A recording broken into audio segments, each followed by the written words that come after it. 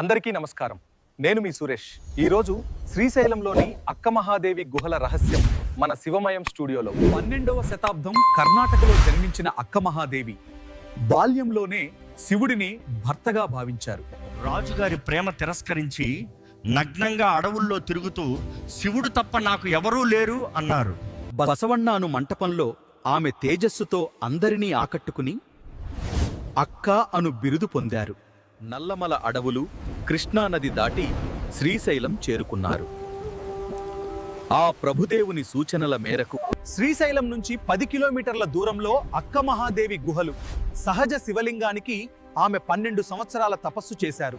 శ్రీశైలం దగ్గరలోని కదలీవనంలో ఆమె మల్లికార్జున స్వామిలో ఐక్యమైపోయారు. ఆమె భక్తి మన అందరికీ ప్రేరణ. మన శివమయం స్టూడియోలో అతి త్వరలో అక్క మహాదేవి గురించి అన్ని విషయాలు ఫుల్ వీడియోలో టెలికాస్ట్ అవుతుంది. వీక్షించండి. అక్క మహాదేవి భక్తి మార్గం అనుసరించండి. శివమయం స్టూడియో ఛానల్ను సబ్స్క్రైబ్ చేయండి.